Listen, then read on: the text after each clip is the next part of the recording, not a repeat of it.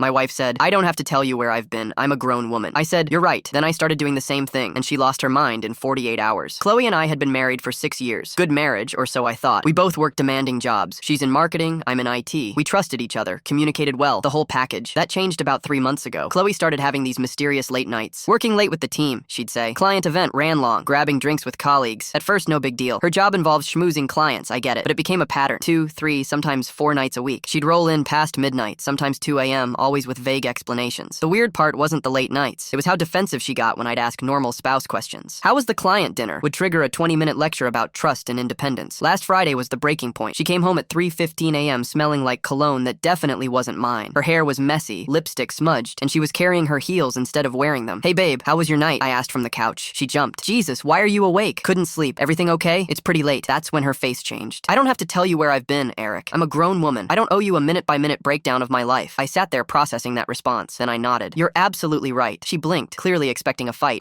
What? You're a grown woman. You don't owe me explanations. She seemed confused by my calm response, muttered something about taking a shower, and went upstairs. Saturday night, I put on my best shirt, grabbed my keys, and headed for the door. Where are you going? Chloe asked from the kitchen. Out, I said, kissing her cheek. Don't wait up. I went to Dave & Buster's with my brother Brian, played arcade games, had a few beers, talked about work, normal guy stuff. Got home at 1:30 a.m. Chloe was waiting in the living room. Where were you? Out, I shrugged, heading upstairs. That's not an answer, Eric. I stopped on the stairs. Why do I need to give you one? I thought we established that grown adults don't owe each other explanations. Her face went red. This is different. How? Because we're married. We were married on Friday, too. Sunday, I did it again. Told Brian's wife I needed to borrow him for guy time. We went bowling, grabbed dinner, caught a late movie, home by 1 a.m. Chloe was pacing when I walked in. I called Brian's house. Kate said you two went to a movie. What movie? The new action one. Which action movie? What was it about? I smiled. I don't have to tell you where I've been, Chloe. I'm a grown man. She exploded. This isn't funny. I was worried sick. Were you worried on Friday when I waited up for you? Monday, same routine. This time I went to my buddy Cole's place. We worked on his motorcycle in the garage, ordered pizza, watched the game. Normal Monday night. Tuesday, Chloe was waiting with her laptop open when I got home. I tracked your phone, she announced. You were at Cole's house. Yep. Why didn't you just tell me that? Why didn't you just tell me where you were going? That's different. How? She couldn't answer. Just stared at me with this look of dawning realization. By Wednesday, she was calling my friends directly. Is Eric really at your house? Thursday, she showed up at my office with surprise lunch, clearly checking up on me. Friday night, as I grabbed my keys again, she lost it completely. This isn't fair, she screamed. We're supposed to communicate. We're supposed to tell each other things. That's what married people do. I stopped at the door. Exactly. We are married. That's what married people do. The realization hit her like a truck. Her face crumpled.